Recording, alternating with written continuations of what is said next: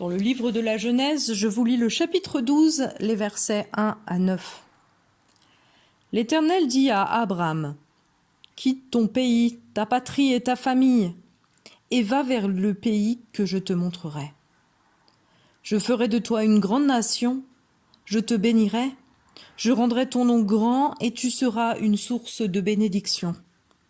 Je bénirai ceux qui te béniront, et je maudirai ceux qui te maudiront.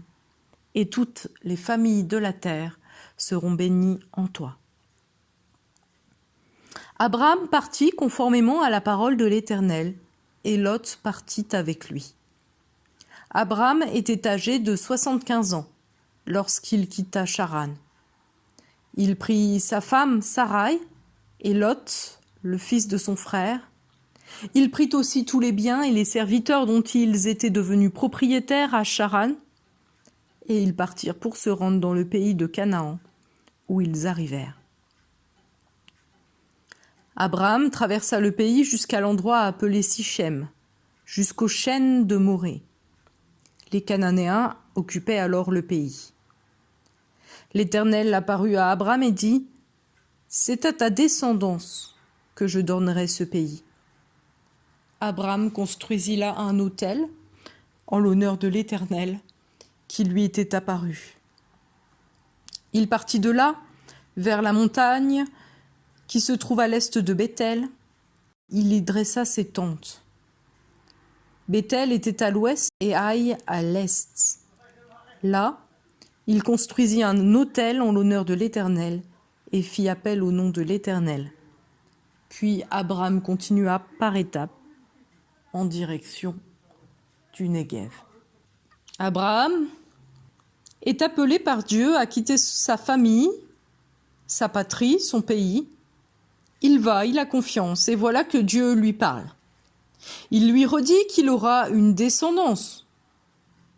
Il lui redit qu'il y aura un pays qui sera donné à cette descendance.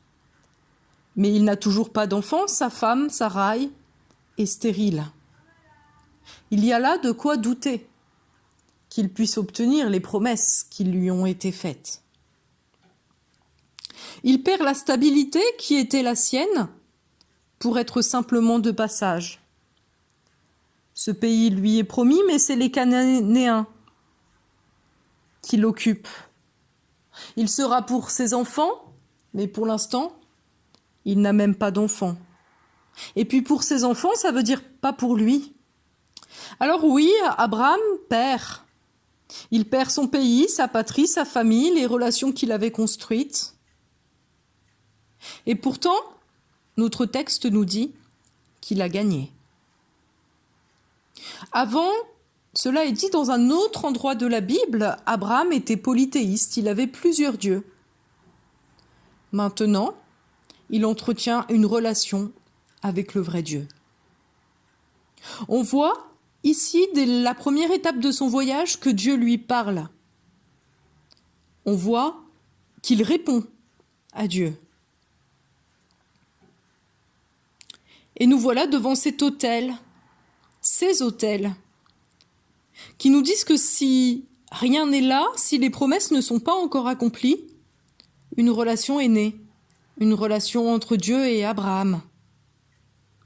En fait, ce qu'il a trouvé, Abraham, c'est Dieu, le vrai Dieu. Et en cela, il a trouvé tout ce dont il avait besoin. Alors Abraham rencontre des difficultés et on peut se demander si ces difficultés ne sont pas heureuses. S'il n'était pas parti, ou s'il avait obtenu tout ce qu'il désirait tout de suite, toutes les bénédictions que Dieu lui avait promises dès la première étape de son voyage, aurait-il eu cette relation avec Dieu ? Probablement, n'aurait-il pas eu le cœur ouvert à la parole que Dieu allait lui adresser ?